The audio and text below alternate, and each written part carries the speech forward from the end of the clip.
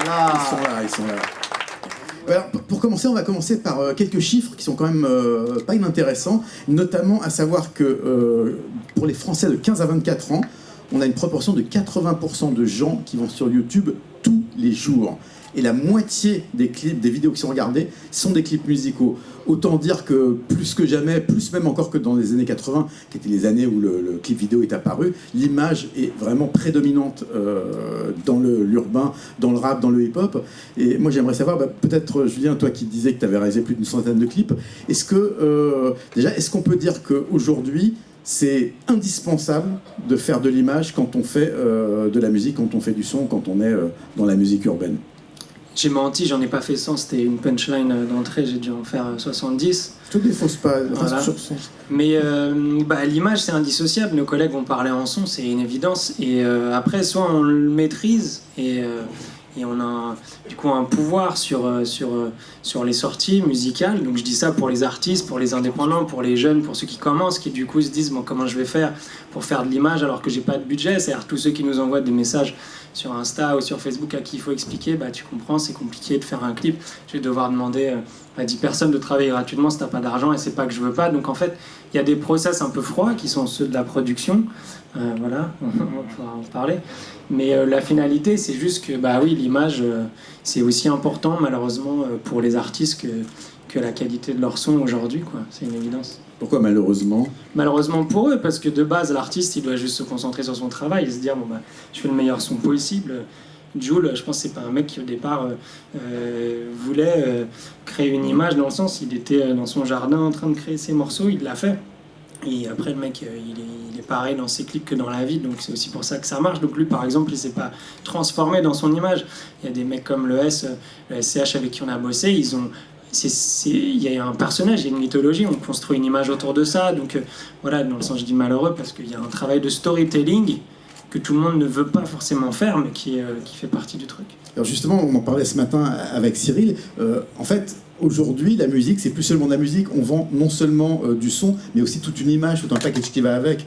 Et dans ce sens-là, est-ce que justement ça coûte cher, Cyril, je vais te donner la parole, est-ce que ça coûte cher de faire des clips, de construire justement une image au-delà du son, au-delà de simplement la musique?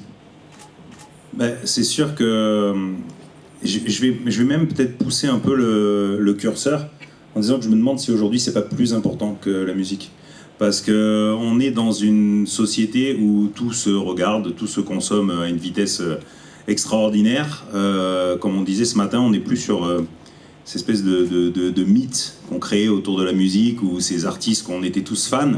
On arrive aujourd'hui dans une société de consommation, et l'image, en tant que producteur, nous souvent on va signer des artistes parce qu'ils ont une image.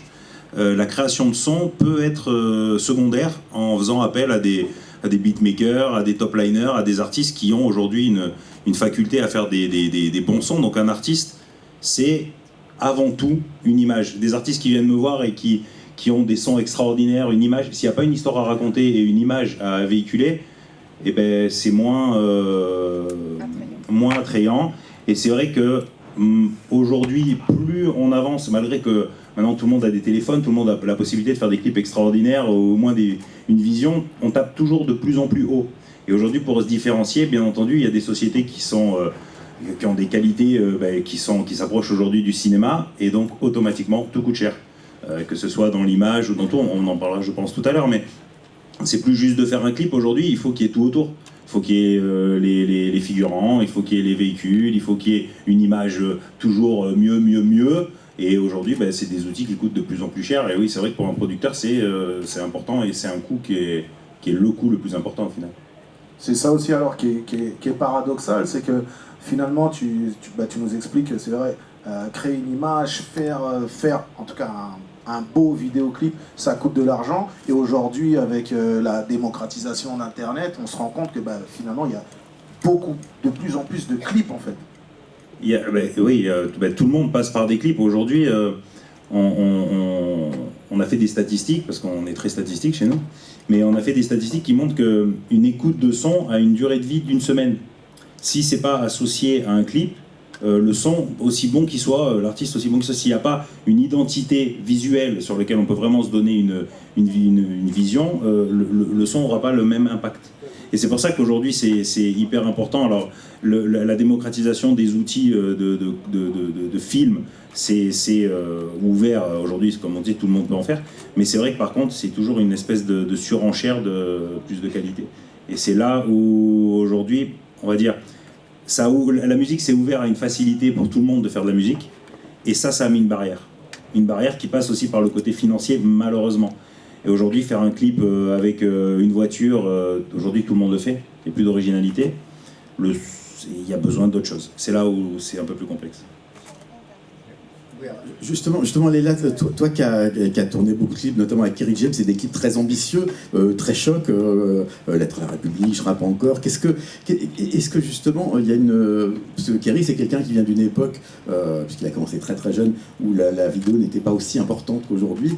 Comment est-ce qu'il a construit son image et comment est-ce que toi, tu as amené une vision de réalisatrice pour justement accompagner la musique de quelqu'un comme Kerry Alors je vais te répondre, mais j'aimerais, si c'est possible, rebondir sur ce qu'on a dit précédemment, pour mettre un petit bémol, malgré tout.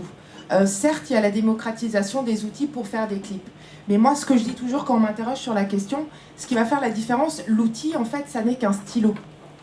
Une caméra n'est qu'un stylo.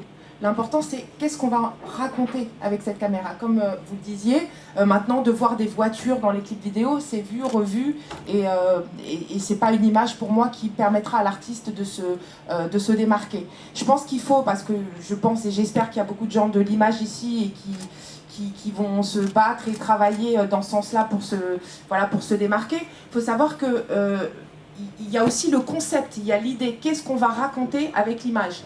C'est-à-dire que oui, c'est sûr que les moyens sont très importants. C'est sûr que à partir du moment où on va tourner avec une RED ou une Alexa, on va avoir besoin d'un pointeur, on va avoir besoin d'une équipe de plus en plus nombreuse. Néanmoins, moi, ceux que j'aime à appeler les créatifs orchestres qui sont capables de cadrer, de faire leur lumière, de monter, n'oubliez pas en fait que l'important c'est ce qu'on va raconter, c'est l'idée en fait. Et je me permets donc de ce fait de répondre à ta question. Je pense que ce qui est bien avec Kerry, d'ailleurs qui devait être là, pardon, qui n'est pas là, je m'en excuse, il n'y a que moi, mais il vous passe le bonjour et il aurait aimé être avec vous. Mais c'est vrai qu'on travaille ensemble depuis plus de 12 ans, donc notre discours est à peu près similaire. Je crois que l'important en fait c'est d'avoir quelque chose à raconter. D'accord ? Quand vous êtes un artiste, déjà, effectivement, musique, vous allez faire votre art sans vraiment espérer toucher les gens d'une manière ou d'une autre. Nous, quand on arrive avec l'image, on arrive avec un deuxième niveau de lecture qui est aujourd'hui très important et qui permet effectivement de créer un univers pour l'artiste. Je crois qu'avec Kerry, c'est ce qui a bien marché, c'est qu'il m'a laissé complètement libre de lui faire des propositions plus farfelues les unes que les autres. D'ailleurs, j'ai une anecdote à ce sujet. Quand on a réalisé ensemble Lettre à la République, je ne sais pas si vous l'avez vu, c'est un clip où ils sont en cuivre comme ça. C'est un clip qu'on a réalisé sur fond vert. Alors, je ne sais pas si vous connaissez un peu les couleurs, mais le rouge et le vert, c'est ce qu'on appelle les complémentaires, c'est l'opposé. Quand il a débarqué tout cuivré là, sur fond vert, il m'a regardé, il m'a dit « Mais t'es sûr de ton coup là ?» Il était un petit peu dans le doute. Ce que je veux dire par là, c'est que quand on a fait ce clip, je lui ai proposé, je lui ai dit « Écoute, là tu parles de quelque chose, la République choisit de statufier certains ou pas de ses représentants. Nous, on a envie de statufier des gens qui viennent des quartiers, de leur donner une beauté. Et de là est arrivée cette idée de mettre des personnages comme des statues. » Vous voyez ce que je veux dire? Mais dans l'absolu, on aurait, certes, on l'a fait sur un fond vert, ça a coûté de l'argent, etc. Mais l'important, c'était quoi? L'important, c'était ce qu'on raconte, en fait.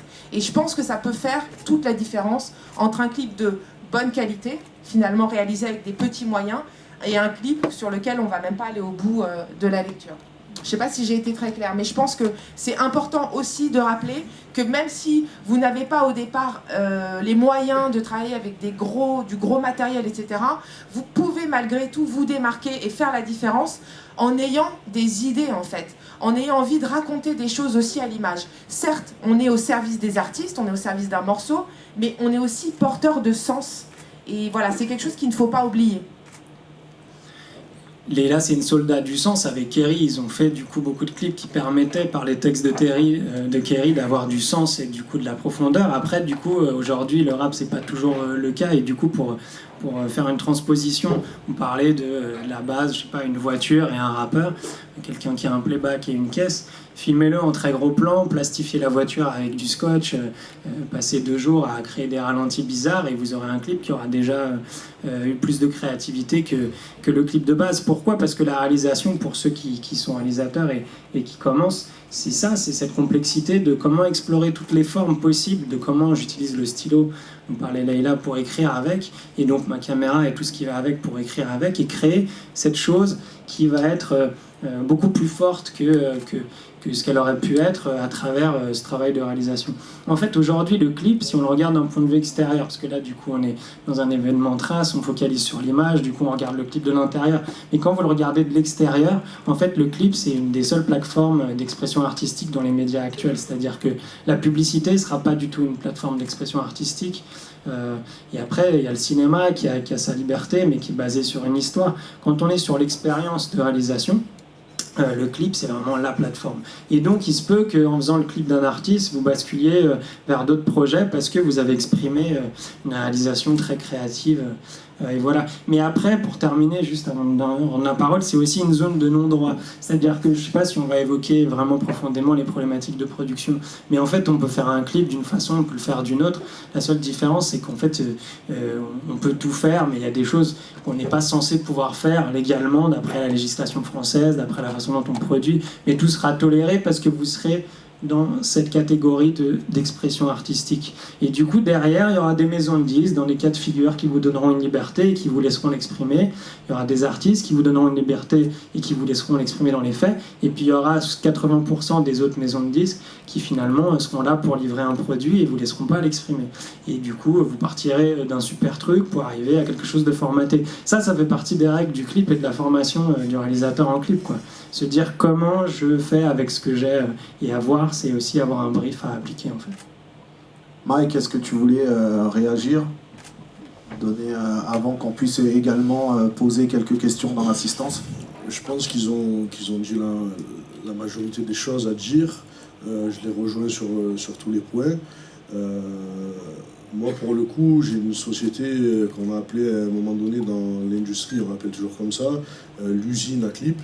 Donc on a fait plus de 2000 clips. Bon, ça fait quasiment 10 ans qu'on est là. Donc on a fait la Crime, SCH, Joule, Rof, enfin on a fait un peu tout le monde en gros. C'est vrai qu'on a le clip, on a de quoi s'exprimer en fait, mais on n'a pas forcément toujours le temps, c'est-à-dire que l'industrie va de plus en plus vite. Un son qui rentre à Skyrock du jour au lendemain, il y a besoin du clip tout de suite, comme il a dit, il y a une réalité économique derrière avec une durée de vie. Donc c'est vrai que c'est frustrant quand on est réalisateur et qu'on a envie de mettre en place des idées, de voir ces idées entre guillemets bafouées parce qu'on a besoin juste d'une image. Donc ça c'est vrai que c'est une réalité à en prendre en compte. Après il n'y a plus beaucoup de rappeurs qui ont énormément de textes qui sont très exposés, donc ça aussi c'est vrai. Leïla a eu la chance de bosser avec des rappeurs à texte, avec de vrais messages. Nous des fois il n'y a pas forcément de message, c'est juste de la musique en fait. Donc ça c'est réel aussi. Après pour le coup de dire que c'est l'idée qui prime sur la réalisation, c'est vrai parce que nous on est né, donc il y a 10 ans de ça, on est né en pleine crise, c'est-à-dire que nous il n'y avait plus de musique qui se vendait, le CD c'était fini, c'était piraté, le vidéoclip il n'y avait plus de budget à mettre dedans parce qu'il n'y avait plus de support qui se vendait. Du coup nous on est né de la crise, on a dû trouver des moyens intelligents de faire de beaux clips avec pas beaucoup de moyens. Et je pense qu'on a fait de belles réalisations quand on n'avait pas de moyens. Et aujourd'hui, des fois, on est dans une machine, une grosse machine, où on a des chefs-op, des studios, des caméras, mais il n'y a pas forcément la créativité qu'il y a derrière, il y a juste un rendu visuel qui doit rentrer dans des normes de télé qu'on doit livrer et point barre. Après, il y a quand même la digital série qui, pour moi, aujourd'hui, représente le nouveau court-métrage, donc les short forms, où là, on peut avoir un peu plus de créativité.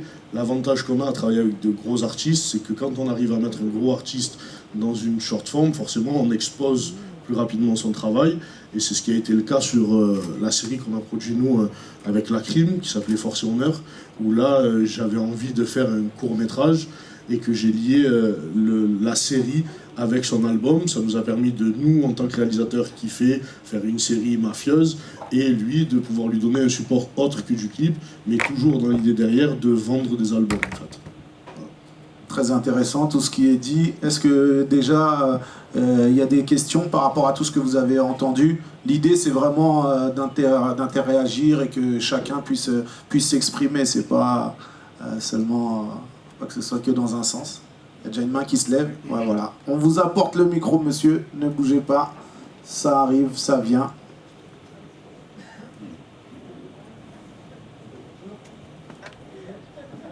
Ou peut-être qu'il est éteint. Ça peut arriver. Enfin là c'est la première fois que ça nous arrive. Ça arrive même au meilleur, désolé. Crie, crie. Aïe! Ah voilà. Donc bonjour, moi je m'appelle Enzo Padovani, je suis comédien. Et en fait, ce que je trouve difficile dans ce métier, c'est qu'on dirait qu'il faut qu'on envoie une fax à Barack Obama pour faire une casting, quoi. Vous voyez ce que je veux dire? Et voilà, je trouve ça difficile, compliqué. Je fais référence au film Bronx d'Olivier Marshall, que soi-disant, bon, il a fait un film mafieux, regardez-moi. Et quand je vois la tête des mafieux, mamma mia! C'est ça, c'est des mafieux. Moi, je suis, je sais pas, Jackie Brown. Voilà, c'est tout. Merci. Je pense que c'était plus une intervention qu'une question en fait. Hein. Est-ce qu'il peut y avoir... Tu veux quand même réagir, Julien, sur ça? Moi j'étais avec Marshall il y a 2 jours dans un festival de cinéma et là il est en train de tourner Bronx en ce moment. Il y a un pote à moi qui joue un des mafieux dont tu parles. Et mon pote il a galéré de ouf pour avoir le rôle. Ça fait des années qu'il est sur les côtes de Marshall. J'imagine, je sais très bien ce que tu veux dire, c'est juste que du coup, en fait Marshall par exemple c'est un cum, il a pris Caris parce qu'il est venu le voir dans un resto, il lui a dit ouais monsieur Marshall et tout, et il l'a pris, il joue dans son film. Donc ce que je veux dire c'est, en fait il n'y a pas de règle pour arriver dans un film. Non, c'est pas un comédien, donc c'est un bon contre-exemple, un bon exemple de ce que tu dis. C'est juste qu'en fait il n'y a pas de règle et nous en fait on galère pour monter des films parce que c'est la même bataille pour financer des projets. Et à un moment donné, il y a juste des rôles, des circonstances, de la chance, mais la base, c'est le talent et la proposition que toi tu fais. Si toi tu as la proposition de qualité, après c'est faire arriver ta proposition au bon moment, au bon endroit, quoi. Et ça, tous les moyens sont bons, quoi. Alors, moi, justement, parce qu'on parle de cinéma, Leïla, donc tu as co-réalisé avec Kerry le film Banlieusard, qui a été diffusé sur Netflix. D'abord, j'aimerais savoir si ça a été compliqué pour monter le projet. Enfin, je sais qu'il y avait la pièce d'abord, il y a tout un process avant. Mais est-ce que, et le fait que ça soit sur Netflix, est-ce que c'était un choix? Est-ce que c'était une préférence d'aller sur Netflix plutôt que d'aller directement sur un grand écran? Ou est-ce que c'est le marché actuel qui a fait que le projet s'est retrouvé sur la plateforme Netflix? Alors je rebondis, Enzo, sur ce que vous venez de dire. En fait, nous, on a galéré en fait, pendant 5 ans. La pièce que tu as vue est extraite du scénario. Donc en fait, le scénario, le film existait avant même qu'il aille au théâtre. On a tout essayé. Alors bon, je vais balancer, hein. De toute façon vous ne le mettez pas sur les réseaux. Le CNC a dit non, la région Île-de-France a dit non, toutes les chaînes de télé autant qu'elles sont, enfin elles ont... Sur quelle base ils ont... Je peux pas vraiment te dire parce que bon, c'est quand même Monsieur Kerry James, il a plus d'une dizaine, enfin 20 ans de carrière derrière lui. Le scénario qu'il a écrit a quand même eu le prix Beaumarchais. Il a été sélectionné pour le prix Sopadin, choisi au milieu de 200 scénarios, les 6 meilleurs. Donc objectivement, le scénario n'était pas vraiment un problème. Alors après, ce qu'il racontait, c'est encore autre chose. On n'a pas été soutenu, ça a été très difficile. On partage cette aventure parce qu'on se dit que, bon, il y a le film, il est ce qu'il est, mais il y a aussi tout le combat qu'on a mené en parallèle, parce que je peux vous dire que on n'en menait pas large. Les fois où on a dû... Moi, j'ai cru que je repassais le bac une 3e fois quand on a fait la commission du CNC et qu'on nous regardait un petit peu en biais en se disant « Mais qu'est-ce qu'ils nous racontent ces deux-là ?» Voilà, ça n'a pas marché. Moi, j'ai fait un moment un rejet. J'ai dit « Je ne veux plus en entendre parler. Je voulais changer de métier, partir vivre en Thaïlande et faire de la peinture. » Et puis, il s'avère que Kerry n'a pas lâché l'affaire. Surtout son agent. Elle a rencontré des producteurs qui nous ont proposé Netflix. Alors, oui, je balance, hein, Virginie me regarde, fait attention, attention à ce que tu dis. Mais je le partage parce que, franchement, prenez-le, entendez-le, et nos métiers ne sont pas des métiers faciles. Nous, Netflix, au départ, on était un petit peu dégoûtés, pour vous dire la vérité, parce qu'on aurait aimé aussi avoir la chance d'aller dans les salles obscures, au cinéma, avoir aussi cette possibilité, surtout quand on voit que, bon, il y a des très bons films qui sont produits, mais il y en a d'autres qui sont vraiment de piètre qualité selon moi, ça n'est que mon avis. Et donc il y a Netflix qui nous dit, alors le rendez-vous se passe place de la Bastille à Paris, on nous prévient, bon, il y a Netflix, ils sont chauds, on dit ah bon. Alors quand on monte un film pour le cinéma, on a besoin d'à peu près 5 oui, à savoir un distributeur, une chaîne de télé, le CNC et d'autres aides. Bref, là Netflix, c'est une personne qui dit oui et potentiellement ça part. On est place de la Bastille, arrive une nénette, donc elle se pose, elle commande des frites, elle commence à manger ses frites, et puis elle nous dit bah oui. Alors on la regarde, on se regarde, et nous on s'était eu au téléphone avant, genre on lui dit qu'on est prêt, que c'est bon, alors ce qui n'était pas du tout le cas, parce que c'est un film qui se passe l'été, et donc on la voit en fin juillet, et elle nous dit oui, et on était prêt à lui dire mais c'est bon, on est prêt, on peut tourner cet été, parce que sinon ça nous renvoyait un an plus tard. Et puis elle nous dit oui mais quand? Alors on fait oula, elle était vraiment au taquet, on dit là, on est prêt. Et ensuite, elle nous dit, très bien, et nous, il y a quelque chose d'important pour nous, c'est on a envie de découvrir de nouveaux talents. Sachez que pendant 5 ans, on nous a rabâché, trouvez-nous des comédiens bankable, trouvez-nous des comédiens bankable. Pour ceux qui ont vu le film, c'est l'histoire de 3 frères, les frères Traoré, qui ont grandi à Bois-l'Abbé, donc qui sont d'origine malienne. Trouvez-moi, citez-moi un comédien bankable de 20 ans d'origine malienne. Il n'y en a pas. Voilà, il n'y en a pas, ça n'existe pas. De ce fait, c'était le serpent qui se mordait la queue. Donc la nénette, elle se pose, elle nous dit oui, mais quand? Et on veut découvrir des nouveaux talents. Donc dans l'absolu, maintenant, je suis devenue très corporate, parce qu'en fait, il a fallu que ce film, qui est pour nous un film français, je veux dire, on est chez nous, notre pays, il est magnifique, il est riche de toute sa diversité, il serait temps qu'enfin l'entrepreneuriat nous appartienne à tous et qu'on se batte pour notre pays. D'accord? Il a fallu que ce soit des Américains qui viennent et qui nous donnent la possibilité de nous exprimer. Ce qui m'a rendu, moi, personnellement, très triste, car j'aime mon pays, j'ai mis du temps à l'accepter, mais je suis française, je suis née en France, et mon savoir, il est dû aussi à l'éducation que j'ai eu la chance d'avoir ici.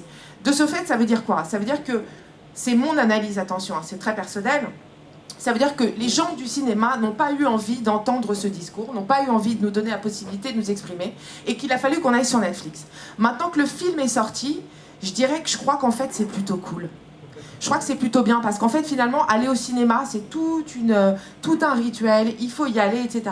Là avec Netflix, on est sorti instantanément dans 140 pays en même temps. On a été traduit en 8 langues. Street Flow en anglais. Street Flow, exactement. On a été sous-titré en 14. J'ai eu des messages du monde entier. Et finalement, l'autre jour, je prenais le métro, parce que voilà, et il y avait un mec, un petit gars, qui regardait mon travail sur un écran de téléphone. Alors, pour les réalisateurs, vous savez à quel point c'est frustrant, puisque quand on fait de l'image, on espère quand même, malgré tout, que ça va être vu un peu en grand. Mais je me suis dit, waouh, quelle portée, en fait. L'important, dans nos métiers, c'est quoi, finalement? C'est de toucher les gens. C'est de toucher les gens et d'aller jusqu'à eux. Donc voilà, à la base, Netflix n'était pas du tout notre premier choix, mais il s'avère que je pense, finalement, à l'arrivée avec un petit peu de recul, que c'était une très bonne chose pour le sujet, pour le projet. Mais il est important pour nous, et je le redis, que les gens l'entendent bien, que ce sont des Américains qui ont produit ce film qui parle de la France et de grandes problématiques qui sont françaises. À savoir qu'il y a une scission sur laquelle il faut absolument qu'on réussisse à travailler pour que la France reconnaisse tous ses enfants et qu'on soit forts tous ensemble et qu'on évolue ensemble. Voilà.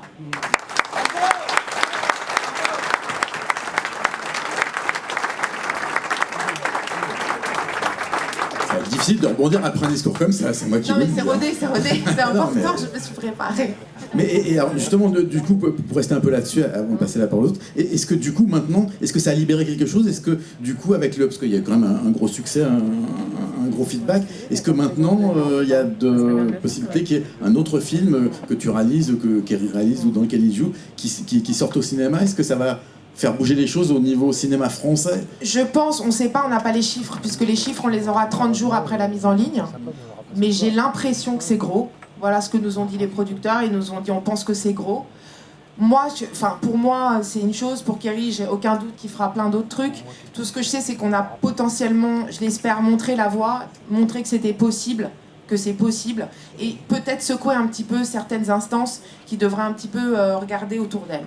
Après, je pense que ça va bouger, et je pense que Netflix, ils l'ont prouvé, ils ont envie qu'il y ait du contenu qui parle à tout le monde, quoi. Est-ce qu'on a d'autres questions dans la salle? Premier rang, oui. Bonjour, du coup au niveau des talents, comment vous y êtes pris pour trouver des acteurs? Parce que du coup ça m'intrigue un peu par rapport à ce que vous avez dit. Alors, on a monté le film en 1 mois et demi, de ce fait, avec ce que je vous racontais, ça a été un peu speed. On a lancé un casting avec un directeur de casting qui s'appelle Des, qui est vraiment un mec incroyable, qui vient de Bobigny, qui est un mec des quartiers, qui sait de quoi il parle aussi, parce qu'on a essayé aussi de s'entourer de gens qui ne faisaient pas semblant, c'est souvent le problème. Après, on a choisi de poser nos valises 5 semaines et demie à Champigny, à Bois-l'Abbé.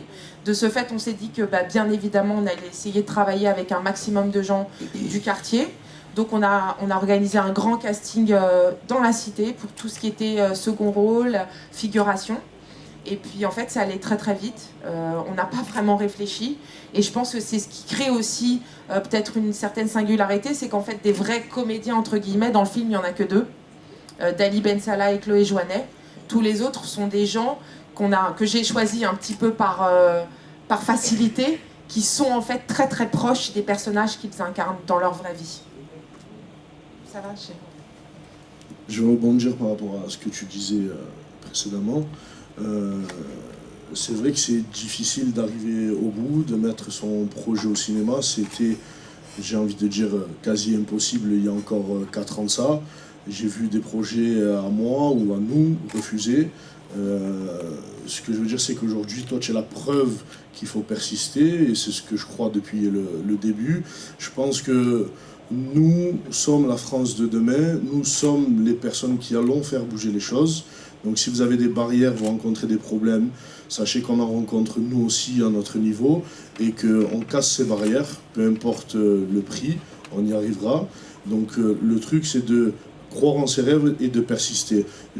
Comme je l'ai dit tout à l'heure, on est né, nous, Beat Burns, en pleine crise, et je pense qu'aujourd'hui, le cinéma français a pas mal verrouillé ses entrées et du coup ses sorties en salle, mais l'arrivée des plateformes comme Netflix ou comme Amazon, aujourd'hui, fait bouger les choses. Montre au cinéma français qu'il y a des talents dans la rue, il y a des idées dans la rue, on est une jeunesse, on a plein de talents. Moi je rencontre à travers tous les festivals que je fais ou les conférences de nombreux talents. Je ne peux pas les faire avancer tous parce que je dois travailler aussi, même si tous leurs projets m'intéressent. En tout cas, pour moi, Layla ne le sait pas parce qu'on ne se connaît pas, mais elle m'a servi d'exemple, c'est-à-dire que j'ai regardé pas mal de ses clips et j'étais fier de voir ce qu'elle réalisait. Et aujourd'hui, je suis assis à côté d'elle, entre guillemets, donc c'est une preuve de réussite en soi. Voilà, donc il faut vraiment continuer. Et aujourd'hui, la même crise que j'ai connue dans la musique, je pense qu'on est en train de la connaître dans le cinéma. Donc les portes sont en train de se casser, vous allez pouvoir bientôt y rentrer comme nous sommes en train de le faire, donc continuez à avancer. Merci. On parlait justement du film Banlieusard et la projection était prévue aujourd'hui. Malheureusement, elle n'aura pas lieu pour des petits problèmes techniques. Et mais à la place de la projection du film de ce soir, il y a un concert qui est prévu, un showcase de Eva Queen, et il y aura également Ghetto Phénomène, également Kitaki et Keina Samet, bien sûr, une spéciale dédicace pour Keina. Donc on vous attend après la conférence à partir de 17h30 au niveau 1 à l'auditorium, oui, il me semble. Et donc voilà, pour continuer à discuter tous ensemble, prendre un petit cocktail ensemble et ensuite assister à ce concert. Est-ce qu'il y a d'autres questions? J'ai vu des mains qui se levaient, oui. Pas beaucoup de questions. En fait, moi j'ai 2 questions. On te voit pas, on te voit pas. Salut beau gosse. Ça va bien. En tout cas, déjà félicitations pour ce super film et cette super trajectoire. Donc moi j'avais une question, c'était par rapport à l'image qu'on dit des femmes, elles ont des problèmes, etc. Comment tu as fait pour tenir ce projet-là? Puisque apparemment c'est difficile quand on est des femme. problèmes. Non, mais c'est Définis un difficile petit pour peu, les... chérie. C'est soi-disant difficile pour les femmes, mais moi je trouve ça admirable d'avoir quelqu'un comme toi. Non, mais en fait, alors là, je vais m'adresser, c'est bien, c'est un monsieur qui me lance, mais je vais m'adresser à vous, mesdames, à vous, mesdemoiselles. Je pense que, bon, alors t'as vu déjà, moi je suis un peu un cum, hein. Je m'habille un peu comme un mec. Là, j'ai fait un effort, j'ai mis de vernis, t'as vu? Non, en fait, il n'y a pour moi aucune différence. Je dirais, pardon messieurs, mais l'avenir est à nous. On a tout à faire, on a tout à prouver, d'accord? Et on a toutes les possibilités. Notre sensibilité fait de nous des êtres à part, n'est-ce pas? Et il est temps vraiment que les choses changent. Après, souvent, je suis conviée dans des conférences pour expliquer que la place de la femme dans le rap, qu'il y a un univers macho-ci, macho-ça, et de toute façon, la société, elle est compliquée. D'accord? Et je ne vais pas venir, moi, pour me tirer une balle dans le pied. Je veux dire, on a des choses, pour moi, plus importantes à passer dans un premier temps, à savoir le vivre ensemble quand il s'agit de parler de notre culture. Ça, c'est une première chose. La société est compliquée, la société ne nous aide pas. Néanmoins, je pense que les choses sont en train de bouger et je pense que nous avons vraiment notre moment qui est en train d'arriver. Mesdames, j'essaye de regarder où sont les meufs. On est là. Et voilà, en fait, on se construit toujours pour moi dans l'adversité. C'est compliqué. C'est une complication en plus, oui, certes, mais qui doit faire qu'on change les choses. Moi, maintenant, quand je parle à un artiste qui vient me voir, eh ben, je pense que ma sensibilité de femme, de mère, maintenant, depuis quelques années, fait la différence et apporte quelque chose. Voilà. Maintenant, c'est pas du tout une tare. Moi, je remplis 2 quotas en même temps. Je suis une femme et en plus, je suis métisse. Alors, waouh, c'est la totale. Disons que, en fait, il faut réussir à transformer ce qui pourrait paraître en premier lieu comme une contrainte et le transformer et l'utiliser comme une force. Voilà. Très, très bonne. Du coup, c'est pour ça que je t'ai lancé là-dedans. La deuxième question, c'est juste parce que j'ai des amis qui ont vu le film, ils parlaient, ouais, tu connais les Asiatiques, mais pourquoi ils ont déconné comme ça? Le film, il est bien. Pourquoi il dure pas longtemps? Il y a une suite qui va arriver ou pas? Donc la question, c'est quoi? Il y a la suite, on va rallonger le film. Alors, comment? coupez les portables, s'il vous plaît. Non, sans déconner, sinon je dis rien. Mode avion. Non, en fait, le truc, c'est qu'à la base, le film, il fait 2h10. Monter, et tout ça, il fait 2h10. Après, on se dit souvent, le mieux est l'ennemi du bien. Voilà. On a voulu faire court, simple, net, efficace. Pas commencer à saouler les gens. Déjà, c'était compliqué de monter toutes ces histoires parallèles. Maintenant, ce qui est bien, c'est que les gens sont dans la frustration. Voilà. Et vu qu'il paraît que c'est gros, nous, on est déjà au taquet, en fait. On est au taquet, mais après, encore faut-il qu'on nous laisse la possibilité de le faire. Et après, je rebondis sur ce que tu disais, Mike, tout à l'heure. Tout est possible, mais par contre, il y a un truc sur lequel il faut ne pas être avare, c'est-à-dire le travail. Moi, j'ai pris 10 ans dans la gueule en 3 mois, hein, que les choses soient claires. C'est-à-dire que jour, nuit, jour férié... ça ne se voit pas, les gars. Merci, chérie. C'est pour ça qu'on l'aime. Non, voilà. Par contre, faut travailler. C'est pas une blague, en fait. C'est ce qui fera toute la différence. C'est que oui, les choses sont en train de bouger. Donc, en l'occurrence, nous, on est au taquet. Mais bon, un film, ça s'écrit. Ça prend du temps. Nous, Banlieusards, on a tourné une version 18 du scénar, je crois. En même temps, en 5 ans, on a eu le temps de le retravailler. Donc voilà, j'espère qu'il va y avoir une suite. À chaque fois que les gens me posent la question, je leur dis « Alors toi, tu penses quoi? Qu'est-ce qui se passe après ?» Non, mais on refera un débat sur le film, hein, ça c'est très intéressant. Mais par contre, je veux bien rebondir sur ta première question, à savoir l'image également des femmes. L'image des femmes dans le rap, c'est vrai que c'est. Ça va t'y mettre toi aussi. Non, mais c'est quelque chose. Non, je parle pas dans. Ah ouais. Je parle pas. Je parle justement dans les clips où c'est vrai que c'est quelque chose qui à un moment a souvent été décrié où les femmes avaient l'impression qu'on les utilisait. Après, on est bien d'accord, on parle de notre culture à nous tous, on est bien d'accord.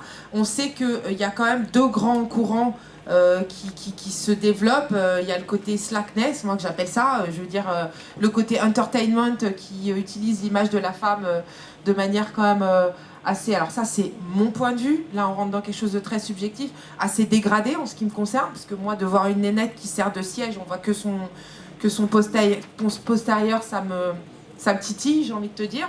En même temps, c'est culturel. Je veux dire, tu vois les images qui arrivent de Jamaïque, tu vois les images qui arrivent même des États-Unis. En fait, c'est culturel. Après, chacun a son point de vue sur la question. Moi, ce qui m'ennuie, c'est qu'en parallèle, de l'autre côté, eh ben, on n'a pas des clips de rap dans lesquels on voit des meufs qui ont des rôles de femmes qui entreprennent. On est au salon des entrepreneurs, malgré tout. De femmes qui ont d'autres rôles que d'uniquement être des objets sexuels. Donc oui, moi, perso, ça me fait chier. Mais en même temps, tu peux pas aller contre la culture, tu vois ce que je veux dire? Tu peux pas non plus être tout le temps dans la... C'est-à-dire que si ça te plaît pas, dans ce cas-là, propose autre chose. Voilà ce que je répondrais. C'est un peu... Tu vois, je me mouille pas. Mais je dis quand même que moi, ça me plaît pas non plus de voir des femmes qui sont uniquement sexualisées. Mais juste pour rebondir là-dessus, je pense que... Enfin, moi, je le vois en tant que producteur, on a énormément de femmes qui commencent à passer le cap, justement, surtout dans la musique, hein. Et j'ai même envie de te dire que cette espèce de phénomène girl power est en train de prendre un pas qui va aller très vite. Ça commence déjà. Enfin, moi, je suis producteur d'une artiste qui s'appelle Eva Queen. Eva, c'est une image qu'on a voulu donner aussi par rapport à ça. Et du coup, ça a ouvert plein de possibilités. Et quand on recevait aujourd'hui, on reçoit entre 200 et 300 demandes à peu près de nouveaux artistes par jour. C'était 90% c'était des hommes. On n'est pas encore à l'égalité, mais ça change énormément. J'ai rencontré une DJ tout à l'heure là qui fait des trucs vraiment sympas. J'ai parlé avec elle. Et il y a cette espèce de phénomène qui est en train de changer. Et peut-être que d'ici quelques temps, les hommes feront les chaises à la place des femmes. On y arrive, hein, tu sais, c'est possible. Mais c'est pareil pour le cinéma, en fait, dans le sens là, c'est les années où, en fait, malheureusement, il y a un phénomène de mode. C'est-à-dire que les gens que vous avez en face, ceux qui vont vous produire ou pas, ceux qui vont vous financer ou pas, en fait, tout est une question de, mais si je mets mon argent dans son film, est-ce que je vais le revoir? Et en fait, vu que c'est les années où il y a heureusement ce changement et ce moment où on est plus attentif à ça, c'est le moment où il faut sortir vos scénarios avec des personnages féminins, si c'était vos scénarios au départ, ou penser à mettre une disquette de genre. Parce qu'en fait, il ne s'agit que de ça. C'est-à-dire que j'espère que le changement va se pérenniser et qu'il y aura eu un vrai changement au bout du compte. Mais si vous le faites dans 4 ans, il est possible que vous soyez passé à côté de ce qui est un argument marketing pour un producteur, pour quelqu'un qui va aller voir une chaîne et va lui dire « Mais tu sais, en ce moment, c'est cool, ce sujet-là. » En face, il n'y a pas des gens qui écoutent vos histoires, il y a des gens qui conçoivent des projets. Et plus vous vous mettrez à leur place, plus vous avez des chances que les portes qui étaient fermées puissent s'ouvrir. Donc en fait, c'est toujours ça la question. Se mettre à la place de l'autre dans un moment de notre époque où c'est l'oseille et c'est tout, quoi. J'ai juste un truc, mais je pense que c'est très important aussi pour les jeunes réalisateurs. Alors moi, je suis plus du milieu de la musique, mais aujourd'hui, il faut savoir qu'il y a une espèce de concurrence et je pense que c'est très malin de prendre le pas aujourd'hui. Toutes ces sociétés, que ce soit Netflix, Disney aujourd'hui, des plateformes de distribution, il va y en avoir énormément. Ils vont tous se taper la bourre. Et la problématique qu'ils ont, c'est qu'ils veulent du contenu. Si aujourd'hui ils sont sautés comme ça sur ton projet, c'est parce que pour eux c'est extraordinaire. On a un contenu, un sujet, on y va. Et ils sont vraiment à la recherche de contenu. Parce que qu'est-ce qui va faire la différence entre Amazon, Disney, Spotify, enfin tous ces chaînes, on va dire, de vidéos, c'est le contenu. Et je pense que pour les jeunes qui se lancent là-dedans, il y a vraiment des choses à faire. Et on est dans une période, il faut savoir quand même un truc, pour revenir par rapport à la France, on l'a appris nous avec le temps, il faut savoir qu'on dit souvent la France, c'est qu'un pays qui coûte cher, c'est des impôts, c'est tout ça. Il faut savoir que c'est le pays numéro 1 dans le monde en aide pour les développements de films au niveau du cinéma. Il faut savoir que le problème de la France, c'est que c'est très conservatoire. C'est-à-dire que quand ça touche des sujets trop délicats, ils vont pas y aller, c'est vrai. Mais par contre, entre les aides pour les impôts, les défiscalisations, les aides financières, il faut savoir, comme on en parlait tout à l'heure, il y a énormément d'aides qui sont faites justement pour les réals, pour les gens qui vont faire les choses. Il faut juste un petit peu se renseigner, mais il faut savoir que au niveau du cinéma, c'est le paradis fiscal, dans le monde entier, c'est le plus gros paradis fiscal. Il faut le savoir, mais c'est vrai que les gens ne le savent pas, parce que souvent on associe la France à juste des taxes, c'est vrai, il y en a beaucoup, mais au moins là-dedans, dans l'art, il y a quand même des aides. Ça, c'est important aussi. Et ouais, il y a une question, monsieur, si on peut apporter un micro, s'il vous plaît.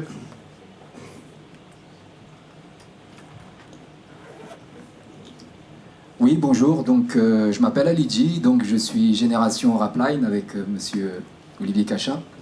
Alors, donc pendant tout ce temps, moi je viens d'une école en fait de cinéma qui se trouve à Aubagne. J'ai été formé en tant que chef opérateur. Et donc j'ai pu travailler donc, dans les studios Plus belle la vie, dans des fictions, etc. Donc j'ai fait la lumière, etc. Avant l'avènement de l'arrivée de la vidéo et puis des appareils photo, DSLR, etc. Et de fil en aiguille, donc comme tout le monde, je me suis dit, tiens, ben, pourquoi pas la réalisation? Et puis au fur et à mesure, donc j'ai commencé à écrire des films, etc. Et puis je me suis heurté donc à ce que vous disiez tout à l'heure. Je me suis heurté donc aux personnes qui ne voulaient pas entendre parler de films que j'écrivais. Alors moi je me suis posé la question, est-ce que c'était ma tête? Est-ce que c'était de là où je venais? Est-ce que c'était le propos? Donc du coup, entre-temps, ben, à force de prendre des gifles, donc j'ai monté ma propre boîte de production, voilà. Et je me suis mis donc à produire des films, dont là un premier film, et je me suis dit, bon, si j'utilise le même circuit qu'avant, peut-être que je vais me prendre une gifle. Donc je me suis orienté vers les films plus classiques. Donc le film il s'appelle, bon excusez-moi, il s'appelle Fragile Coquelicot. En fait c'est Fragile Coquelicot. En fait c'est un film bon, ben, qui est assez classique, qu'on retrouve dans le cinéma français. En fait c'était un prétexte pour pouvoir entrer dans le circuit et ensuite pouvoir proposer mes œuvres. Alors du coup, évidemment, je suis passé par le fameux dossier de production, CNC, aide à la ville, etc. Et je me suis rendu compte que c'était pas si facile que ça. Et d'ailleurs, j'ai discuté hier avec mon ami Enzo, là. En fait, on a conclu qu'il fallait presque devenir secrétaire pour pouvoir réussir à produire un film. Donc du coup, entre-temps, ben, je me suis pris toujours des gifles, sauf... comme par hasard, sur ce fameux film Fragile Coquelicot, où justement il y a le CNC qui, en fait, ils nous ont donné le dossier, et puis apparemment ça avance petit à petit. Et moi je me suis posé la question, bah, finalement, le cinéma français, enfin, je sais que c'est une question qui est assez sensible, mais bon, je la pose quand même. Est-ce qu'il faut avoir une couleur pour entrer dans le cinéma français, quoi? Enfin, à un moment donné, ça devient pathétique. Voilà.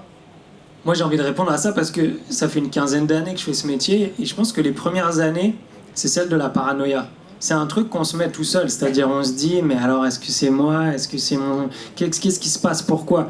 Mais en fait maintenant quand je relis mes scénars d'il y a 15 piges, en fait c'était pas assez bon, c'était pas assez fort. Je parle de scénars qui étaient au prix Sopadin, qui sont jamais produits, qui sont jamais financés. Tu te demandes mais pourquoi? Est-ce que c'est ci, est-ce que c'est ça? En fait... la question de la représentativité, oui, il y a une évidence en fait. Il y a une évidence sur le fait que y a pas, on n'est pas représenté de toutes les façons au cinéma, dans les séries en France, que ça avance plus vite aux États-Unis de ce point de vue-là ou dans d'autres pays, c'est sûr. Il y a une autre question, c'est est-ce que les financements du type le CNC formatent les scénarios? Oui, c'est vrai qu'il y a une école du CNC, du financement, que quand on sort de la FEMIS, on a plus de chances de prendre des thunes au CNC, puis que oui, qu'il y a une école du cinéma social, voir les problèmes, vouloir parler des problèmes, pas forcément d'une certaine façon, pas avec un autre langage et tout ça. Mais le truc, c'est que cette nuit-là, lundi, il y avait un des financements dont parlait mon collègue. Et ben, ce financement, on a bossé dessus genre 4-5 jours. Il ouvrait le lundi. En fait, ce financement, moi j'ai déposé à 3h du mat. Mon dossier, il est passé. J'ai des potes, ils ont déposé à 9h du mat. Ils n'ont pas pu déposer. Pourquoi? Parce qu'en fait, il a ouvert dans la nuit. Et il y a tellement de gens qui ont envoyé des dossiers qu'en 1 heure, parce que moi je l'ai envoyé à 3h du mat par hasard, mais ça a ouvert en fait en vérité pendant la nuit. Mais eux, ils pensaient l'ouvrir à 9h du mat. En fait, entre le laps de temps où il a ouvert et fermé, il y a eu quelques heures. Il y a eu tellement de dossiers envoyés que derrière, il y a des centaines de personnes qui sont restées hors du truc. Notre ennemi, c'est la concurrence. Et on est tellement à vouloir raconter des histoires aujourd'hui parce que les moyens sont... que du coup, il faut juste vraiment être sûr de faire les meilleures propositions, avoir prendre le pouvoir comme tu l'as fait, créer ta boîte de prod. Et après, derrière, jouer les règles du jeu. C'est-à-dire qu'en face, pour avoir des financements, pour avoir des producteurs, nous, ça fait des années qu'on travaille sur des séries sur l'urbain. Au début, ils viennent nous voir parce que Fifou, c'est une rosta. Ils veulent faire des films sur lui, sur sa vie. Il y a un truc qui marche, par exemple, c'est les cases. Cerne les cases, c'est-à-dire tu te dis, bon, ok, donc le CNC, c'est une réalité, c'est cette case-là. Qu'est-ce que j'ai à leur présenter? C'est ce que tu as fait. Tu as fait un film qui ressemblait à ce qu'ils voulaient, ok. Tu l'as fait derrière, ça n'empêche que Leïla parlait de 5 réponses. Il y a 5 guichets, tu vas voir les régions, la télé, le truc. Moi, j'ai fait un film tout seul. Après 4 projets qui ne sont pas financés, j'ai fait comme toi, j'ai monté ma boîte de prod, je me suis associé à des producteurs, on a monté un financement, ça a coûté 300 000 € en cash, 440 avec l'industrie, on a fait un film, il va sortir cet hiver. Nous, c'est pas la plateforme, c'est les salles. Les salles, plus personne n'y va. Du coup, en fait, on passe notre temps à dire bon, bah, on s'est battu pour sortir un film en salle, mais personne va y aller. C'est d'une tristesse. Mais du coup, derrière, on a un autre film qui lui va être financé. Pourquoi? Parce qu'on a fait un film et on l'a fait en saignant du nez pendant des années, en perdant des cheveux, en ratant tous les moments avec notre famille qu'on aurait pu passer. Donc, ce que je veux dire, c'est super dur, ça c'est la réalité. Et derrière, oui, on est dans un pays qui n'est pas le meilleur question racisme, qui a un problème dans les rouages même de son industrie sur les questions de la représentativité, parce qu'ils vont en parler, mais ils vont incarner des clichés. Pourquoi? Parce qu'en fait, tu réponds à des schémas et que tu as besoin de cocher des cases, ok, donc ça parle de ça, ça va être comme ça. Et ensuite, parce que les gens généralement qui ont accès à ces guichets ne sont pas des gens qui sortent de ces milieux, et du coup, ils vont fantasmer des figures sur, attends, mais c'est ce milieu-là, il faut parler de ça. Et il y a un autre truc, c'est que l'écriture, ça appelle ça. Tout d'un coup, tu parles de ça et tu te rends compte que ton scénario, il marche pas bien si tu vas pas trancher ton personnage et le caractériser comme ça. Et donc, en fait, c'est super complexe comme discours et c'est super difficile d'y répondre. Tout ce que je sais, c'est qu'à chaque porte que tu te prends dans la gueule, il y a un mec qui peut-être était au même niveau que toi, mais avait une meilleure proposition ou avait été peut-être un peu plus... c'est pas une question d'être malin, mais c'est une question de jouer le jeu d'une société, d'une industrie qui est basée sur l'argent. Excuse-moi, c'est vrai que c'est très intéressant, mais il y a Olivier qui va intervenir pour qu'on puisse aborder aussi d'autres points. Voilà, en fait, pour revenir sur le clip vidéo et l'image dans le clip vidéo, tout à l'heure, pendant le débat beatmaker et son, on disait qu'il y avait beaucoup de facilité pour les producteurs de son aujourd'hui avec des tas de logiciels pour devenir producteurs, et de fait, ça s'est beaucoup démocratisé. Moi, ce que j'aimerais savoir, alors peut-être Cyril ou Mike pour nous dire, est-ce qu'aujourd'hui, il y a une génération aussi d'image makers? Est-ce qu'il y a des réalisateurs de clips vidéo qui ont un savoir-faire, qui, avec la technique, peuvent faire des clips efficaces rapidement, ou est-ce qu'il faut toujours en revenir justement à des gens qui ont déjà une carrière, que ça soit des gens comme Legacy ou Kamehameha, Ness, qui ont fait des clips pour PNL à ses côtés? Qu'est-ce que c'est que cette génération d'image makers? Je vais laisser Mike répondre à ça parce que c'est plus technique. La seule chose que je vais rebondir là-dessus, je pense qu'aujourd'hui, il y a une créativité qui est certaine. Et vous savez, des fois, ce qu'on dit, et dans la vie, ça arrive sûrement à tout le monde, beaucoup d'artistes y arrivent, moi, pour ma part, dans le cinéma, parce qu'ils avaient leur meilleur ami qui était beatmaker, ou parce qu'ils avaient un clipper avec eux, ou parce qu'il y avait un designer. Moi, dans ma vie, j'ai réussi au début dans mon agence de com parce que j'avais un ami qui était graphiste. Donc, il était extraordinaire, je ne l'aurais jamais trouvé sinon. On a monté la structure ensemble. Je pense que ce qu'on disait tout à l'heure, et c'est juste, ce matin, on parlait des managers qui sont indispensables dans la musique. Et moi, j'aurais tendance à donner un seul conseil, surtout pour les artistes qui se lancent, alors ça va aussi dans le cinéma. Il y a énormément de gens, et il y a énormément de métiers, de la vidéo, dans la musique, dans tout ça. Associez-vous avec des clippers. Parce qu'un artiste qui se lance, s'il a un beatmaker avec lui, un clipper avec lui, qui va arriver avec son matériel, qui va arriver avec ses idées, avec sa folie, il va pouvoir lui aussi s'amuser à travailler sur vos projets. Impliquez-le dans la carrière, je pense que c'est très important, au moins pour le lancement. C'est comme ça que ça vous permettra, lui fera son carnet, ses tests, vous aurez de l'image. Au bout d'un moment, ça suffira plus. Et c'est sûr qu'il faudra aller vers des sociétés professionnelles pour justement monter un niveau. Mais je pense que il y a beaucoup de gens qui se lancent dans la vidéo aujourd'hui, de par les possibilités et les outils qu'on a aujourd'hui qui sont facilement accessibles. Je pense que s'associer avec une personne comme ça, un manager, un artiste, un clipper, et vous pouvez aller au bout du monde. Je pense que c'est vraiment pas mal. Du coup, Mike, selon toi, quelle est l'importance de l'image dans la carrière d'un artiste? Aujourd'hui, elle est super importante. C'était la question du départ. Elle est primordiale, en fait. Moi, je l'ai vu sur différents artistes. Par exemple, SCH, quand il est arrivé, il y avait des tonnes de rappeurs. Et on a pris le parti de lui faire une image un peu sataniste, entre guillemets. Mais les gens sur les réseaux sociaux, c'était assez marrant dans le délire qui disait « Ouais, il est sataniste, il a fait ci, il a fait ça ». En fait, il n'y avait rien de sataniste, c'était juste moi, je voulais kiffer un peu avec lui. Il avait les cheveux longs, on pouvait mêler du sang et surtout, il se prêtait au jeu. Nombre d'artistes auxquels j'ai proposé de faire des dingueries. Ah non, je fais pas ça, je fais pas ça. Et là, pour le coup, son image a été vraiment, l'a vraiment démarqué du marché et a créé derrière d'autres images. Par exemple, moi j'ai fait tous ses premiers clips qui ont cartonné. Julien a fait une série avec lui et des vidéoclips derrière.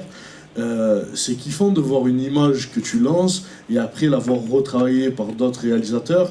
Tu vois, c'est comme s'il venait apporter une autre pierre à l'édifice. Après, c'est frustrant quand l'artiste fait n'importe quoi, parce que si je construis un truc et que derrière c'est démantelé, entre guillemets, c'est frustrant. Mais oui, l'image est super importante, vraiment. Et après, au niveau de l'accès, aujourd'hui, on a grave de l'accès avec tout ce qu'il y a comme outils numériques, en fait. Il y a moyen de faire de beaux petits projets avec quasiment rien. Moi, j'ai commencé, ça commençait à venir le numérique, c'était l'époque du DV, c'était les petites cassettes vidéo. Et dès que le numérique est arrivé, c'était incroyable en fait. Donc aujourd'hui, il y a de plus en plus de technologie et il n'y a pas besoin d'avoir une RAID ou quoi que ce soit pour faire un film ou autre. Bien sûr, après, de plus en plus, tu te professionnalises et de plus en plus, tu vas devoir rendre aux plateformes ou aux maisons de disques de la qualité pour qu'elles puissent rentrer dans les serveurs qui distribuent. Mais si tu veux faire des projets et te lancer, tu as énormément de petits matériels qui font de très beaux résultats. Et est-ce que tout comme le son, le réalisateur s'adapte par rapport à l'artiste ou l'artiste doit s'adapter au réalisateur? Parce que tout à l'heure, par exemple, quand on parlait avec les beatmakers, tu avais un Mike, l'adjoint, qui disait que lui s'adapte en fonction, il adapte ses prods en fonction des artistes qu'il reçoit. Et tu avais un Widim qui dit « Moi, j'ai ma propre couleur et je ne bouge pas. C'est aux artistes de s'adapter aux prods que je propose. » Est-ce que toi, Leïla, ou... Moi, après, c'est personnel. Je pense qu'on est au service de l'artiste. C'est l'image au service d'un morceau. Par contre, dans certains cas, on travaille avec des artistes qui arrivent avec des idées assez fortes, assez puissantes. Moi, j'aime beaucoup d'ailleurs ce type de construction. Il y en a d'autres où tu parles même pas à l'artiste. Il t'envoie un morceau, il t'envoie un brief. Et à toi de proposer quelque chose. Moi, perso, je travaille plus comme ça. Parce que souvent, malheureusement, quand tu fais des appels d'offres, ils vont pas te prendre et puis ils vont utiliser une de tes idées, ils vont faire la même partout. Enfin, je trouve que c'est quelque chose de pas top, mais il faut aussi s'atteler à cet exercice parce que c'est quand même quelque chose d'important dans lequel on apprend. Moi, je pense vraiment que l'artiste arrive avec sa musique et ensuite, nous, on lui propose quelque chose. Alors qu'il peut être de l'ordre du didactique, c'est-à-dire qu'on illustre ce qu'il a raconté. Ça, c'est l'entrée, c'est le b.a.-ba. Et ensuite, on peut être force de proposition pour justement apporter un second niveau de lecture. C'est-à-dire que grâce à l'image, on peut raconter tout autre chose que ce que le rappeur ou chanteur est en train d'exprimer. Et ce qui peut générer une émotion différente. Mais à la base, je considère que nous sommes au service de l'artiste. Il y avait une question, j'ai vu une main qui se levait, si on peut apporter un micro. Oui, c'est... Bonjour. Ça se défend. J'avais une question surtout pour Cyril, au niveau de... Voilà, moi par exemple, j'ai là en ce moment 5 morceaux qui sont des maquettes que j'ai produits sur Ableton avec aussi des amis beatmakers. Et je suis dans la réalisation d'un clip, donc je suis la réalisatrice, mais je suis avec une équipe d'étudiants de Satis.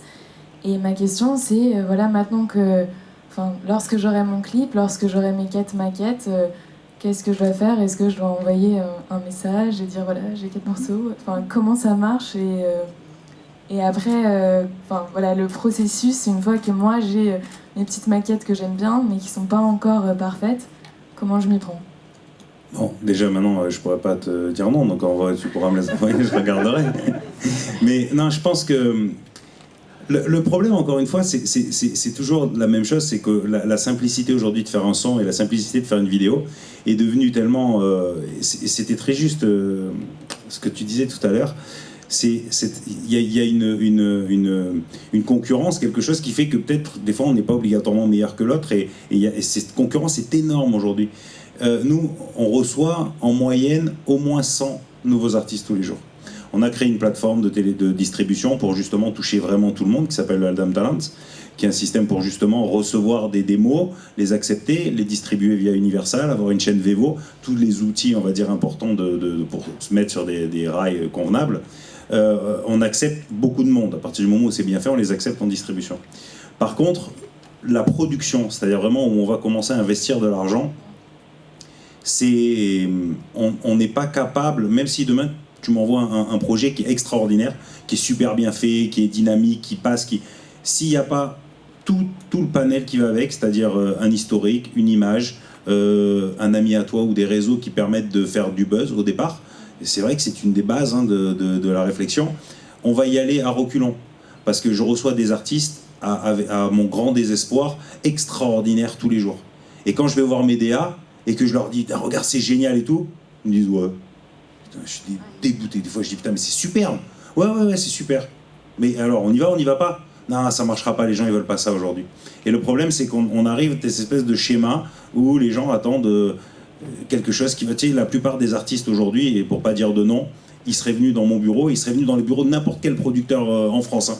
Ils seraient venus avec leur maquette, on les aurait même pas écouté jusqu'au bout. Ouais, mais comment faire alors dans ce cas-là? Le problème c'est que... Est-ce qu'il faut s'autoproduire? Est-ce qu'il faut aller se tourner vers les maisons de disques? Aldam Talent a vraiment été fait pour ça, c'est-à-dire tu vas sur Aldam Talent, c'est un site internet, tu mets tes maquettes, ces maquettes sont validées, on va dire à partir du moment où c'est bien, c'est validé, tu démarres avec un niveau qui est jeune talent, et petit à petit en fonction des statistiques ça va monter, et là on va activer des services, dedans tu peux faire des déclarations SACEM automatisées, aller chercher des budgets, demander des avances, il y a plein de choses qui sont faites, on a plus de 50 services différents, et ça permet de sortir les artistes. Mais c'est pour justement avoir ce flux de tous les mails qu'on ne lisait pas chaque jour, ils sont concentrés et les statistiques montent. Mais s'il n'y a pas les statistiques, parce que nous on parle que statistiques, je disais ce matin, malheureusement, les premiers artistes que j'ai signés chez Universal, on lisait des tableaux Excel. On n'écoutait même pas ce que l'artiste faisait. Donc pour être signé, il faut avoir déjà des followers, une image. En fait, il faut déjà avoir, déjà presque être... Oui. D'accord. Ouais, ça vient de la concurrence. Le problème, c'est que c'est vrai que c'est un peu dur, mais la concurrence est telle, et il y a tellement de niveaux, il y a vraiment un niveau de fou aujourd'hui, de par la simplicité d'accéder à tous ces outils, que il faut qu'on arrive à trancher. Et dans la masse, oui, on va prendre ceux qui sont déjà un peu développés. Donc du coup, ça veut dire que le premier rendez-vous réel qu'on peut avoir avec quelqu'un qui travaille dans une maison de disques, c'est après qu'il ait vu un tableau Excel de mes followers, comment sont mes photos, etc. Alors, à 98% oui. Après, on a fait un Aldam Talent, une soirée Aldam Talent. On a fait gagner, le gagnant était signé chez Universal. C'était un gros concours de chant. Moi, je suis tombé amoureux d'un artiste qui n'est pas du tout dans les tendances. Rebeu, gay, extraordinaire, un talent, un Prince. Personne n'a voulu y aller. Universal veut pas y aller, c'est risqué. On a les DA, c'est risqué. Ça va être compliqué sur les réseaux sociaux. Tous des débats qui sont qui démotivent un peu. Je l'ai quand même fait. J'ai investi beaucoup d'argent sur lui, complètement fou. Il y a des producteurs qui le font. Je peux pas m'amuser à le faire tous les jours parce que sinon je vais pas être producteur longtemps et puis voilà, on m'invitera plus non plus. Mais du coup voilà, il y a des fois le coup de cœur. Ça m'est arrivé d'introduire vraiment le coup de cœur. Mais en général, on attend quand même quelque chose d'un peu fini. Ouais. Voilà. Désolé. Une autre question? Après, on rentre dans l'ère de l'indépendance, hein, pardon, je me permets, mais c'est vrai qu'il y a beaucoup d'artistes qui sont maintenant leurs propres producteurs et qui trouvent certes des deals de distrib, mais c'est vrai qu'il faut déjà commencer à faire le boulot, en fait. Ça sera malheureusement la dernière question parce que le temps passe trop vite. Alors moi, j'ai commencé la musique, ça fait très longtemps. J'ai une quarantaine de musiques enregistrées en studio, mais j'ai pas les moyens de me payer un clip. Alors personnellement, ce que j'ai fait, c'est j'ai investi dans un DJ Osmo Mobile 2. Et justement, hier, j'ai tourné un clip avec un iPhone X. J'ai commencé le montage cette nuit, donc je suis sous une blanche, je sais pas si ça se voit. Et t'es jeune, ça se voit pas. Ah ben c'est bon alors. Et j'essaie de transmettre, comme vous l'avez fait dans le film Banlieusards, on vit en cité, j'essaie de faire ça dans ma musique. Mais je voulais demander, la génération d'aujourd'hui, elle transmet beaucoup de messages. Et je voulais savoir comment vous faites, justement à travers les clips et les images, donc moi je pense à Fifou, etc. Comment vous faites pour transmettre un message alors que la musique d'aujourd'hui n'a plus réellement de message, comme l'a fait Kerry James, par exemple. Et déjà, est-ce que ta musique a un message pour toi? Moi oui, je pense avoir le message. Moi, ce que je demande quand je travaille avec un artiste, par contre ça peut paraître un peu étrange, je demande certes le morceau, mais je demande les paroles, le texte écrit. Ouais. Ça les fait souvent galérer, les gars, mais c'est pas grave. Ils vont chercher dans leur téléphone. Et puis après, on fait des petits... Bref, en fait, il faut que tes idées que tu arrives à passer dans ta musique, tu arrives à les illustrer en images. C'est ce que j'essaye. Et ben voilà, ça veut dire que tu es dans le bon processus de création. Notamment aux autres rappeurs. Par exemple, je prends exemple Kobalade, etc. Ouais. J'aime bien ce qu'ils font, personnellement. Ouais. Mais à travers le texte, il n'y a plus réellement de message porteur. Tu sais, ça c'est ce qu'on appelle des courants, tu sais, ça passe, hein, ça passe. Après, l'important pour toi, c'est peut-être d'avoir des références qui sont pas de l'auto-référencement. C'est-à-dire par exemple, tu dis je vais faire un clip comme le clip de Koba, ouais. Ou comme le clip de Nana.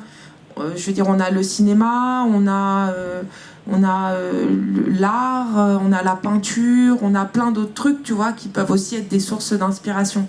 Moi, je pousse vraiment les gens aussi à aller chercher ailleurs, tu vois. Va chercher dans ton histoire personnelle, va chercher dans ce que tu es, dans ce qui te définit, tu vois. C'est vrai que c'est intéressant dans sa question où, en fait, par rapport à un réalisateur, c'est vrai comment traduire l'univers d'un artiste, en fait. Par exemple, notamment Kerry James, pour Post Pocrium, si c'était à refaire, ou je rappe encore, etc. C'est facile de transmettre une image à travers le clip, parce que ça apporte un sens.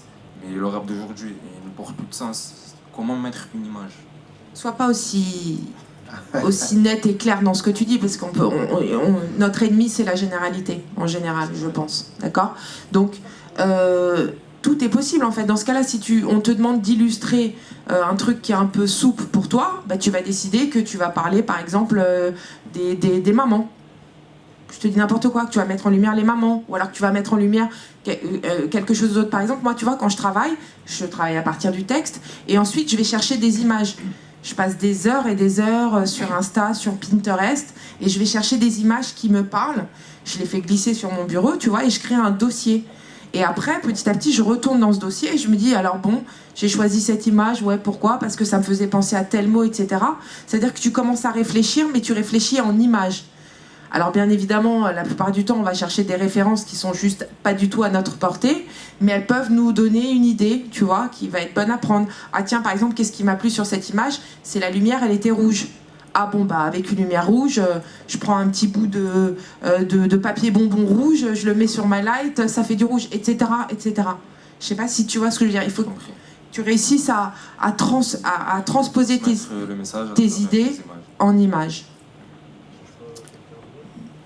Oui, une dernière intervention de Mike.